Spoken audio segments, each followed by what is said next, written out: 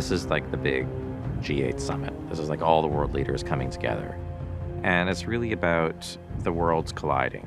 The dragon pit needed to be big enough to formally have hosted dragons in it, so it couldn't have been any smaller place.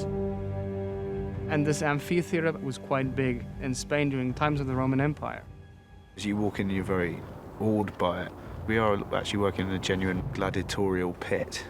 The set extension that we're adding is supposed to suggest a giant domed structure in which they kept the dragons over many, many centuries.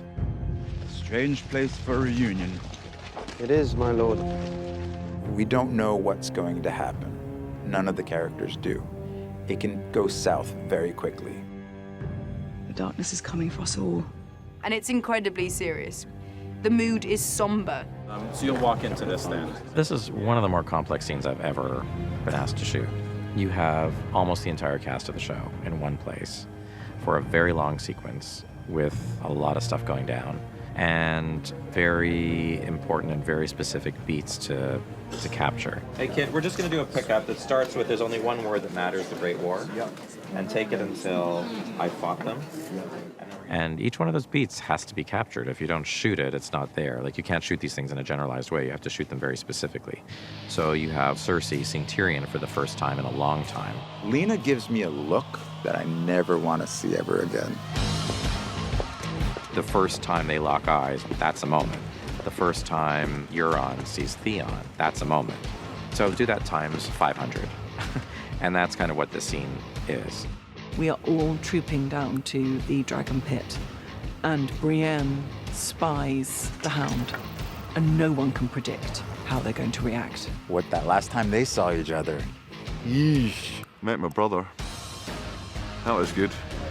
I had a standoff with him, which was great fun. Remember me? From the story point of view, it's like, it was exciting for everybody. It's like, okay, new dynamics, new frictions, new everything. Cersei arrives with the Mountain and Jaime and the Kingsguard, and she's, pretty fierce. And then she realizes that Dany isn't here. Where is she? Should be here soon. And that pisses her off. And of course, Dany arrives on a dragon. And she tries desperately to not be impressed. And then in walks this young beauty of a queen, and she's beyond frustrated on many levels. She can't bear it.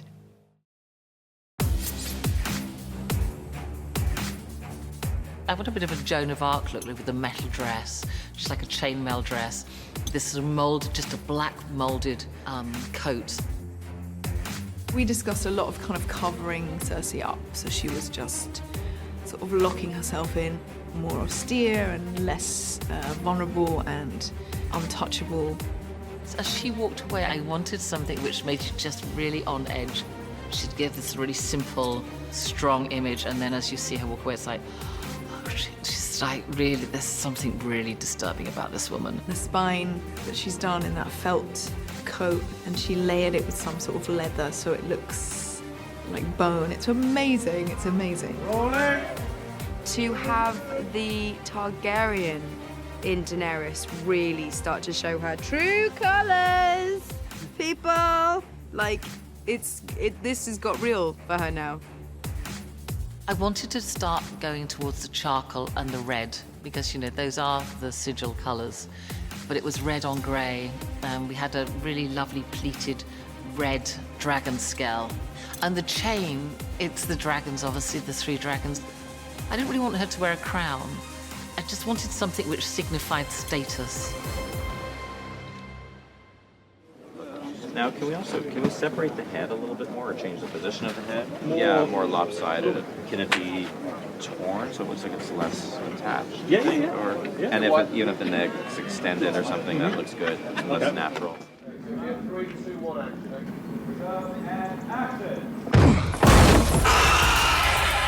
Well, for me, being a horror nerd, I was slightly giggly, so I was like, oh, my very own zombie. Action! As the box comes down, I run out towards the Queen. Go to try and get her, which I've got a chain around my neck, which is stopping me going anywhere. She's back as a kid, just realizing that everything her grandma, her nannies told her was real. I turn round to run towards the hound. He chops me in half.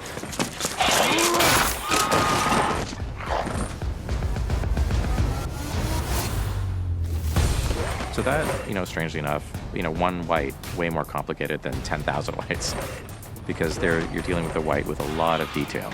So it's behavioral, it's visual effects to make the white look like he's bones and shredded skin and doing a lot of very complicated things, and a lot of visual effects required for that. It's very specific actions, which make a very exciting dynamic sequence, but are very tricky in terms of shooting. We can destroy them by burning them, and we can destroy them with dragon glass. And in many ways, is a scene between Jon and Cersei. He's there to prove to her that there's a bigger enemy for them to worry about than them just kind of fighting each other. There is only one war that matters. The Great War. 33 necklace, take 2, sea marker. We wanted to make it as plausible and believable and terrifying as it was for everybody to think that you were going to enter into that scene, that one of the 2 Stark girls was going to kill one of the other 2 Stark girls. Are you sure you want to do this? It's not what I want, it's what honor demands. It's possible to see how this tension between the sisters, the sibling rivalry, could lead to some type of tragic violence between them. You stand accused of murder. You stand accused of treason. How do you answer these charges, Lord Baelish? I think for Littlefinger, because he's the consummate player, you don't really expect him to ever get outplayed, but he does get outplayed. And that is like a shock.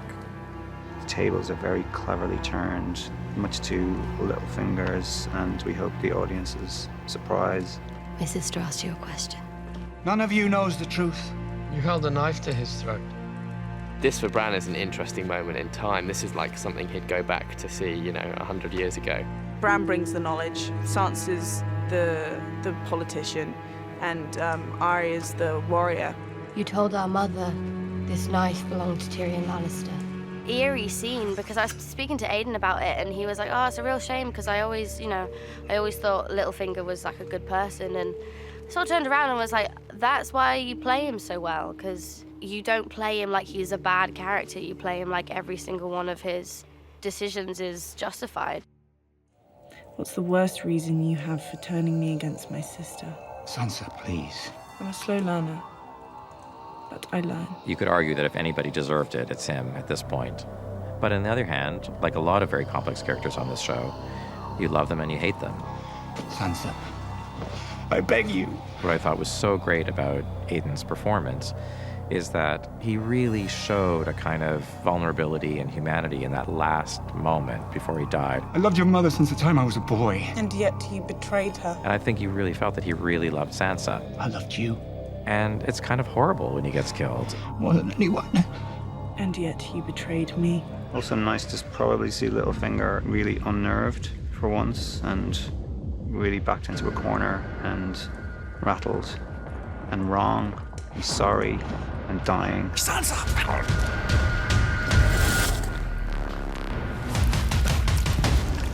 So for the Littlefinger death, we got Aiden in and we did a live cast of his neck. I mean, for us it was great because it was our one major death that we were going to get to do on this show, and it was like such a huge character. We did a test with Aiden. It was absolutely brilliant. 3, 2, 1, action.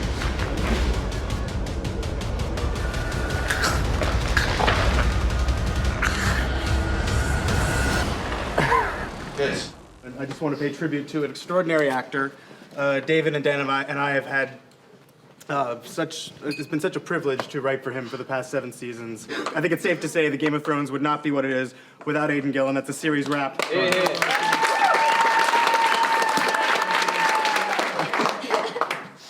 Thank you very much, and thank you everybody for.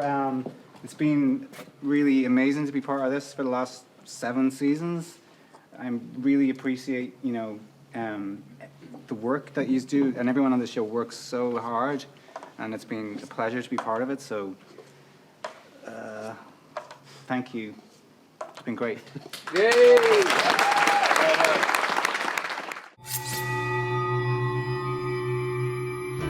Look upon each other and say the words, I would say the challenge with this sequence was finding a way to present information that at least a good portion of the audience already had in a way that was dramatic and exciting. The High Septon wed Rhaegar and Lyanna in a secret ceremony. I mean, it was always meant to be a montage. Is this something you can see? The important thing was getting Sam and Bran together because they had varying pieces of the puzzle, but they didn't have all the pieces. And so to see that actually these were two people in love and that this whole thing that started off the series of Game of Thrones, Robert's Rebellion, was a total lie. Jon is not just the son of Rhaegar and Lyanna, but he's the true-born son. He's not a bastard. And that means he's the rightful heir to the Iron Throne, and that changes everything. Man. It's great to shoot something that's a revelatory moment. And then, of course, the even bigger revelatory moment. I think they both know it's wrong. I think they both know it's going to cause problems. But it's that thing, when you suddenly feel that deeply about someone, it's like a runaway train. You can't stop it happening. You don't even get the relief of how beautiful it could be or should be. It's not good, but it should be, but it's not. And she's his aunt, so there's that. If that kind of thing would bother you. Might be the reaction. I like looking at it and going, oh God, I'm sorry, let's go again. But the fact he is actually heir to the throne, I can lord that over Emilia every day. Every day. We tried to contrast the various season endings so that they don't feel too similar. So last season we had a pretty triumphant ending with Dany finally sailing west towards Westeros. And you're supposed to feel like, you know, it's like, fuck yeah ending. And then this one's like, oh, fucking no. As a season closer, it's phenomenal. And from a directing point of view, okay, how do we do that? Every year, Dan and David have cooked up something that makes us read the outline of the script and just go, holy shit, how the hell are we gonna do this? And what really kind of got me super jazzed, I guess, was when we saw the first conceptual paintings. They're not specific to shots or whatever. They're just like, this is the vibe of this scene. And so they'll do this like beautiful painting of a dragon, you know, blowing blue flame, blowing a hole in the wall. You're like, now I see it. Holy crow, like that is spectacular. And a lot of it is virtual. There are only so many pieces you can physically shoot. Of course, whatever we can shoot, we did shoot. We have fire elements that were shot that blast against the wall, whites on green screen. We have the Night King on a motion base on the back of zombie Visceron. For the Ice Dragon, we looked back at the models that we created when Tyrion visited the two sick dragons. Their ribs are poking through the skin, and their skin has become translucent. We added the wound, which is very important, the spear wound that kills him. We also worked on what does his fire look like, because it's not healthy fire. It's it's a magical evil fire. This sequence is a real proof of just the dedication and commitment of that whole team of people working around the world to make something that's impossible and unreal seem so real and so present.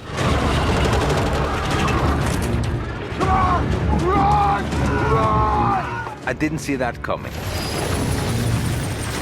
I was like, oh, ho, ho, this is gonna be fun.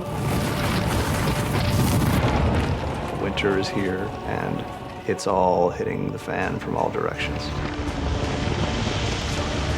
Yeah, we've talked a long time about seeing the wall come down. It's all getting real. It's suddenly terrifying. They're breaching the wall. You know, it's happening. And it's an amazing thing, isn't it?